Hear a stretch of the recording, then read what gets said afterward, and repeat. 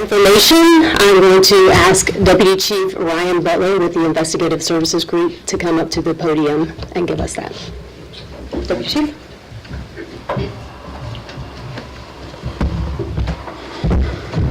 Good afternoon. I appreciate everyone coming down this afternoon. As Lieutenant Fletcher said, my name is Ryan Butler. I serve as the Deputy Chief of the Investigative Services Group.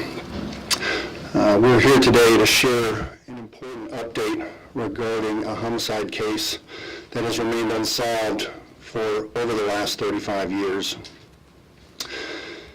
This morning, our violent criminal apprehension team located and arrested Marion Gales based on work done by our cold case homicide detectives. I want to commend the work of our entire cold case unit, the detectives, professional staff, and particularly the work of our crime lab. This case highlights the fact that our work never stops. We always want to have timely resolution for all of our victims, for the survivors, for those in our community who are directly or indirectly impacted by senseless crimes of violence. But I believe that today's arrest emphasizes our commitment to continue the work. Sometimes there are delays not due to activity or due to inactivity, but rather due to limitations of technology that we have at the time. As technology advances, much as it impacts all of our daily lives, technology impacts our ability to provide resolution to our criminal investigations. As we obtain that technology, as we roll it out, as it becomes incorporated into our investigative processes, we go back and revisit cases that remain open to determine whether information that's been previously collected may be reevaluated, retested, or reanalyzed to give us new leads or to verify information that we have, theories that remain unproven. And in this case, it was just that type of technological advancement that allowed our crime laboratory to take evidence that was previously collected, reevaluate it, and bring clarity to that evidence, which led to the charges that were served on Mr. Gales this morning.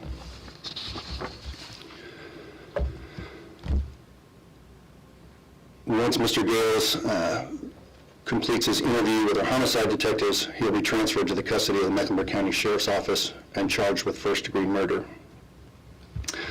Again, the collaboration between our detectives, the forensic experts in our crime laboratory, and partner agencies who've continued to work with us on this case deserve credit, gratitude, and appreciation. They do not do this work for the kudos. They do this work because they believe in the work. They do this work because they believe in bringing justice to victims families, no matter how long ago the incident occurred. I think this also emphasizes the belief that CMPD has in technology and innovation, because we remain committed to serving our community, no matter how long that delay is in bringing justice.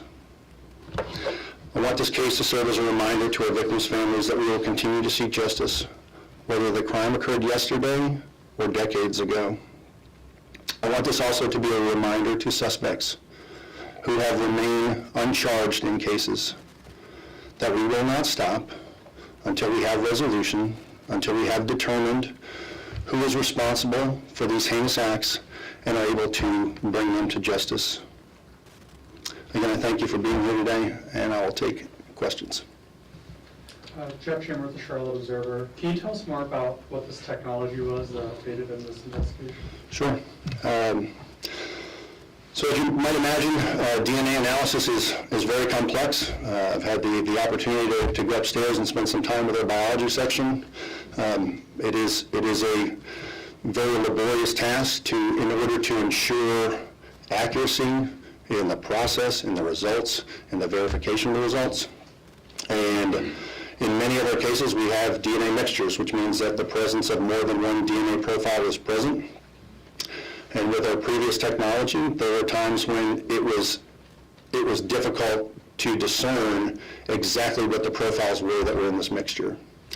And in this instance, newer technology that we've obtained allowed the lab to reevaluate evidence that was previously collected and was able to verify more clearly the profiles associated with those samples, and which directly linked Mr. Gales to the incident location and to the victim. Chief Ryan, could you tell us more about what Mr. Gales did? Accused. Who's the victim, and was there an association? Sure, so this is in regards to the July 27th, 1990 homicide case involving Kim Thomas Friedland. The association between the two has certainly been subject to a variety of investigations and previous news stories, and there are various versions of events. The version of events that we are most interested in is the information we get directly from our suspects, our witnesses, and what our evidence tells us. So as far as the direct relationship, I will let that be borne out during the judicial process, but I will tell you that we have direct criminal physical evidence linking Mr. Gales to the incident location and to the victim.